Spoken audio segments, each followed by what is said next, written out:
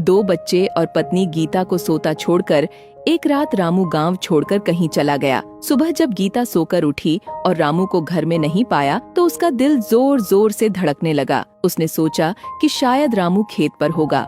वह जल्दी से खेत की ओर भागी और वहां काम कर रहे मजदूरों से पूछा, रामू को देखा क्या? लेकिन हर किसी ने ना में सिर हिलाया। गीता का दिल डूब गया। पूरे दिन उसने गांव भर में रामू को ढूंढा, लेकिन किसी ने भी उसे नहीं देखा था। थकी हारी उदास मन से वह घर लौटी। बच्चों को देखते ही उसकी आंखों से आंसू बहने लगे। कहीं वह मुझे बिना बताए शहर तो नहीं चला गया? गीता ने खुद से कहा। रामू की बातें उसके कानों में गूंजने लगीं। पिछली रात रामू ने उसे कहा था, गीता, ये खेत हमारे माता पिता की आखिरी निशानी है। इसे गिरवी रखा है, लेकिन मैं इसे छुड़वाए बिना चैन से नहीं बैठ सकता। मुझे शहर जाना पड़ेगा, वहाँ पैसे ज्यादा मिलते हैं। मैं वादा करता हूँ जल्दी लौट आऊंगा। गीता ने उसे रोकने की कोशिश की थी। गीता, हम यहीं रहकर मेहनत करेंगे और पैसे इकट्ठे करेंगे। हमें शहर जाने की जरूरत नहीं। लेकिन रामू ने उसे जवाब दिया था, यहाँ रहकर हम कितना भी मेहनत कर लें, इस खेत को छुड़ाना हमारे बस की बात नहीं। मुझे जाना ही होगा।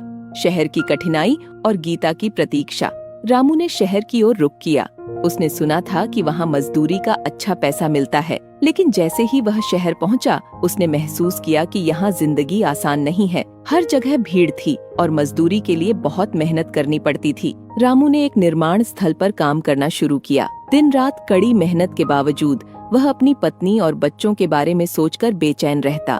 उसकी आंखों के सामने गीता का चेहरा और बच्चों की मासूम आंखें घूमती रहतीं। इधर गीता रामू के लौटने की राह देखती रही।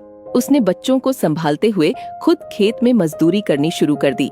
हर दिन वह सूरज डूबने के समय आसमान की ओर देखती और कहती, रामू कब आओगे? रामू को शहर में 1 साल हो गया था।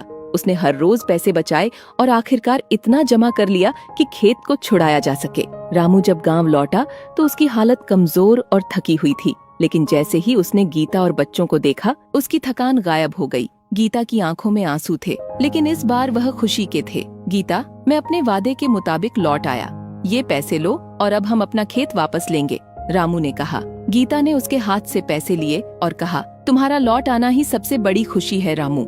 खेत तो मेहनत से वापस ले ही लेंगे, लेकिन तुम्हारे बिना यह घर अधूरा है। नए सपनों की शुरुआत हुई। रामू और गीता ने मिलकर खेत को छुड़वाया और उसमें मेहनत से काम करने लगे। उन्होंने अपने बच्चों को बेहतर भविष्य देने का संकल्प लिया। गीता ने रामू से कहा, अब तुम कभी मुझे छोड़कर नहीं जाओगे, वादा करो। रामू ने मुस्कुराते हुए कहा, गीता, अब मैं कहीं नहीं जाऊंगा। जो खुशी मैं यहाँ पाता हूँ वह दुनिया के किसी कोने में नहीं मिलेगी। निष्कर्ष, यह कहानी बताती है कि कठिनाइयों के बावजूद मेहनत और आपसी विश्वास से हर मुश्किल को पार किया जा सकता है। रामू और गीता ने मिलकर अपनी जिंदगी को बेहतर बनाया और अपने रिश्ते को और मजबूत किया।